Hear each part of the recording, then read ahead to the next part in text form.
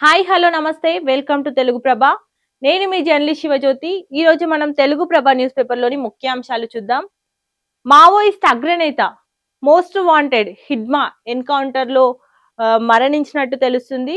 తన భార్య రాజేతో పాటు మల్లా దేవే, చెల్లూరి నారాయణ్, టెక్ శంకర్ కూడా ఈ ఎన్కౌంటర్ లో మరణించినట్టు తెలుస్తుంది.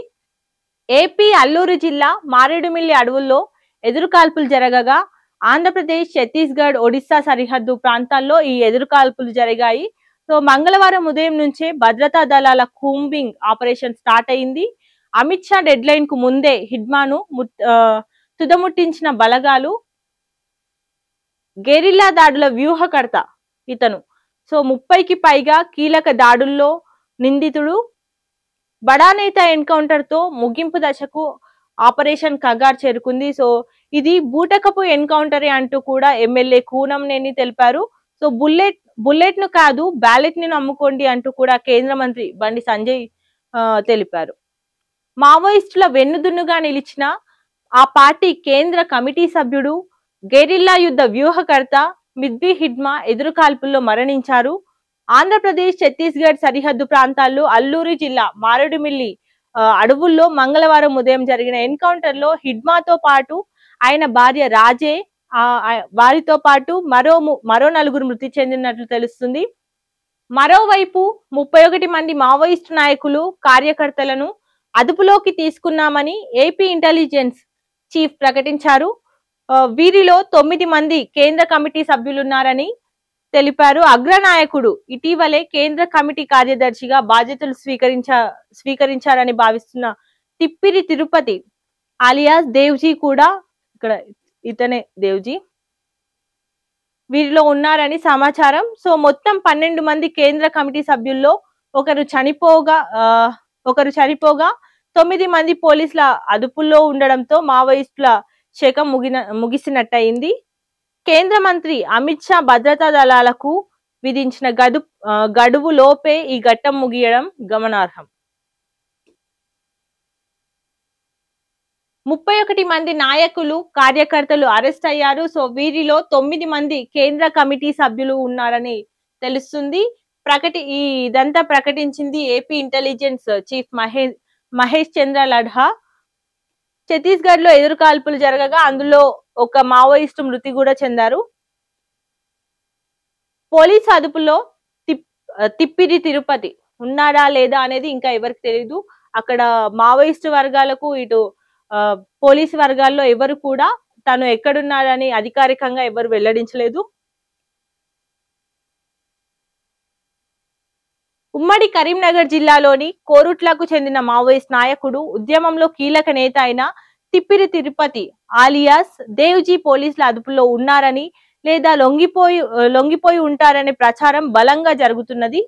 అయితే దీనిపై ఇప్పటి వరకు ఏపీ పోలీస్ శాఖ అధికారికంగా ఎలాంటి ప్రకటన చేయలేదు. ఇటీవల కీలక నేతల లొంగుబాట్ల పరంపర కొనసాగుతున్న నేపథ్యంలో తిరుపతి సైతం జనజీవన స్రవంతిలో కలిసేందుకు లొంగిపోయి ఉండొచ్చని మాజీ మావోయిస్టులు అభిప్రాయపడుతున్నారు.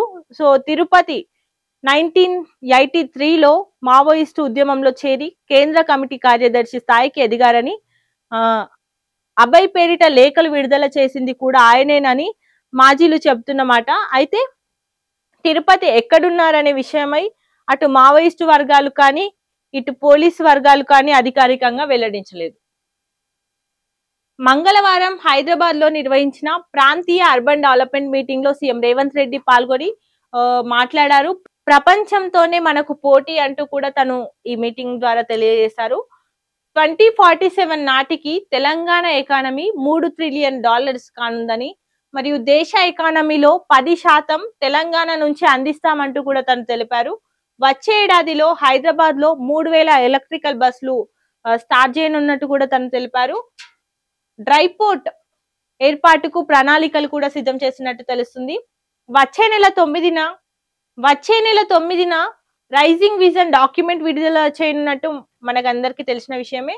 మెట్రో విస్తరణ, RRR, మూసీ ప్రక్షాళనకు కేంద్రం సహకరించాలంటూ కూడా తను ఈ మీటింగ్ లో వ్యాఖ్యానించారు.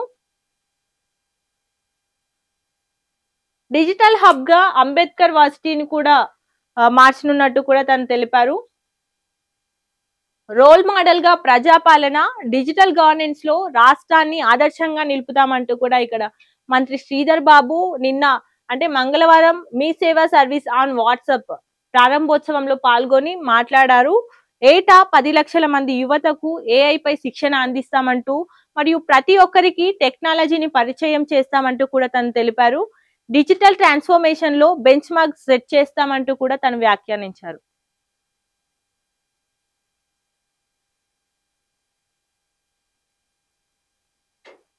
ప్రజాపాలనను దేశానికి రోల్ మోడల్ గా నిలుపుతామని ఐటీ పరిశ్రమల శాఖల మంత్రి దుద్దిల్ల శ్రీధర్ బాబు తెలిపారు.